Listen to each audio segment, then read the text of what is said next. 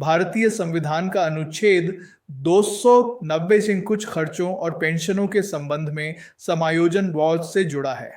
इसे आसान भाषा में ऐसे समझ सकते हैं। मान लीजिए, संविधान के प्रावधानों के तहत किसी अदालत या आयोग के खर्च या किसी ऐसे व्यक्ति की पेंशन जिसका भुगतान भारत सरकार के संचित निधि कंसोलिडेटेड फंड ऑफ इंडिया से या किसी राज्य की संचित निधि consolidated fund of a state से होना है, तो ऐसे में कुछ खास बातें लागू होती हैं।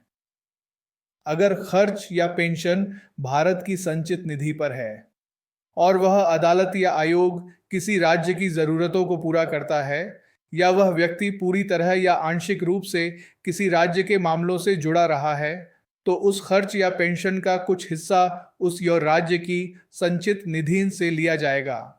अगर खर्च या पेंशन किसी राज्य की संचित निधि पर है और वह अदालत या आयोग केंद्र सरकार या किसी दूसरे राज्य की ज़रूरतों को पूरा करता है, या वह व्यक्ति पूरी तरह या आंशिक रूप से केंद्र सरकार या किसी दूसरे राज्य के मामलों से जुड़ा रहा है, तो उस खर्च या पेंशन का कुछ हिस्सा भारत की संचित निधियों या दूसरे राज्य की संचित निधियों से लिया जाएगा।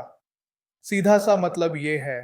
अनुच्छेद 290 यह सुनिश्चित करता है कि अगर किसी अदालत, आयोग या सरकारी कर्मचारी के खर्च या पेंशन का बोझ किसी एक सरकार, केंद्र या राज्य पर पड़ रहा है, लेकिन उसकी सेवाएं या काम का फायदा दूसरी सरकार या कई सरकारों को भी मिला है, तो उन खर्चों को आपस में बांटा जाए। कितना हिस्सा कौन देगा, यह आपसी सहमति से तय होगा। अगर सहमति नहीं बन पाती है, तो भारत के मुख्य न्यायाधीश द्वारा नियुक्त एक मध्यस्थ आर्बिट्रेटर यह तय करेगा कि किसे कितना योगदान देना है।